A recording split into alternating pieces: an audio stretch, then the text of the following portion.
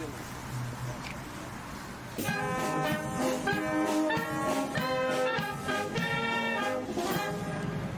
Ministri i Mbrojtjes të Republikës Kosovës, shpërblej e nderi për te të arrestuaj zotët të arrestuar.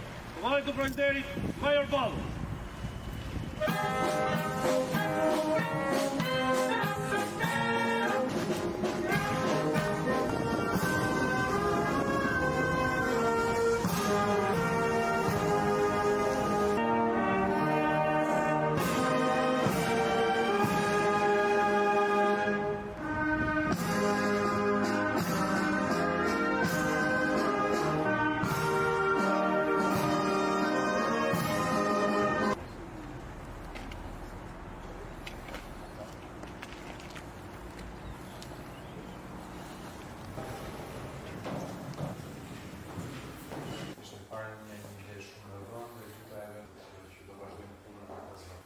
Ministru shumë për organizimin.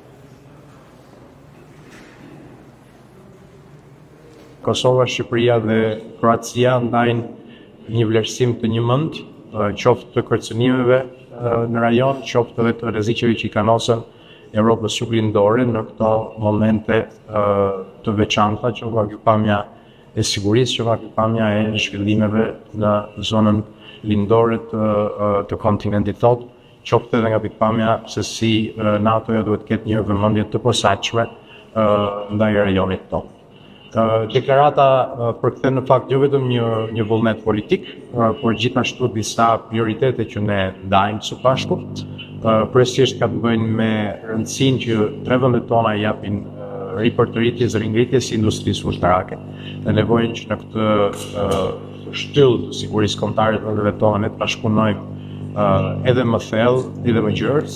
Kemi marrë vendimin që të kemi një bashkëpunim ndërmjet të tre shteteve, një bashkëpunim i cili do të bazohet sidomos tek bashkëpunimi dhënies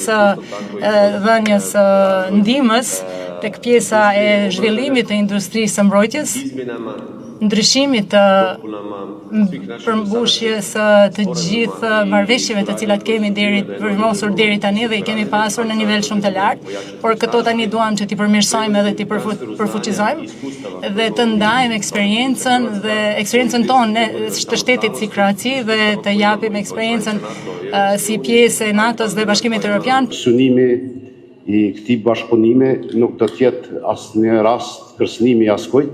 Mirë po, gjithashtu është një mesazh për gjithë ata që guxojnë të kërcënojnë sigurinë, paqen dhe stabilitetin në Ballkanin Perëndimor, por edhe sigurinë e vendeve tona, që tri vendet tona të cilat ndajnë vlera të përbashkëta dhe interesa të përbashkëta janë të bashkuara për të përballur me çdo kërcënim dhe rrezik që synon destabilizimin e regionit.